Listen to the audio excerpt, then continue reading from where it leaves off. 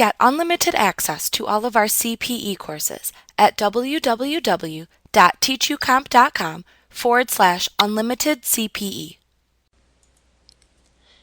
In this lesson, we will examine capital expenses.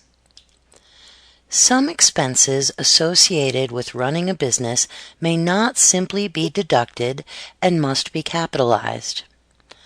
Any cost incurred while starting a new business, improving the business or the building, or purchasing assets are capital expenditures. This means these assets have a lifespan of 1 year or more. These types of expenses must be capitalized by the taxpayer. After costs are capitalized, a business may recover these costs through yearly deductions. Capitalizing a business expense does not prevent the business owner from recovering the cost.